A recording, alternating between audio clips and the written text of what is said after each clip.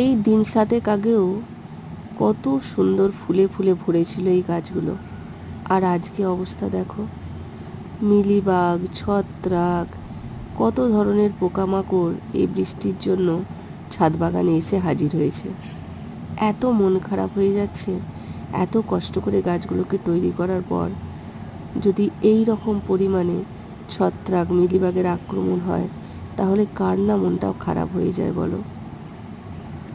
School থেকে এসে ফিরে দেখলাম এই রকম অবস্থা, থাকতে পারলাম না, সাথে সাথেই বসে গেলাম এদেরকে একটু যত্ন নেওয়ার জন্য। কিন্তু কিচ্ছু করার নেই, এদের আক্রমণ থেকে কিছুতেই রেহাই পাওয়া যাবে না।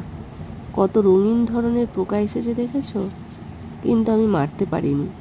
আস্তে আস্তে করে ওদেরকে তাড়িয়ে দিয়েছি, জানি না আবার কোন গাছে গিয়ে বাসা বাঁধবে। তারপর ধীরে ধীরে নটামণি পর্তুলিকার ডালগুলোকে ছেটে দিলাম, কারণ মিলিবাগ নাশ করা খুব মুশকিল।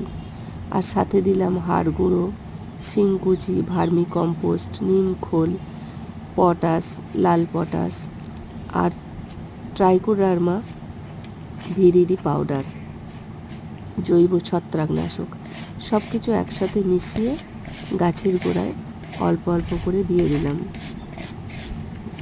সব গাছগুলো একসঙ্গে দেওয়ার পরে অল্প করে আমি জল দিয়ে দিয়েছি, খুব হালকা করে জল দিয়েছি, কারণ অল্প হলেও মাটিটা ভিজে ছিল।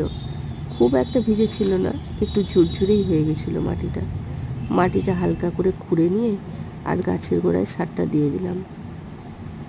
দেখা যাক কি হয়। সকলে ভালো থেকো, সুস্থ থেকো, এই কামনা করি।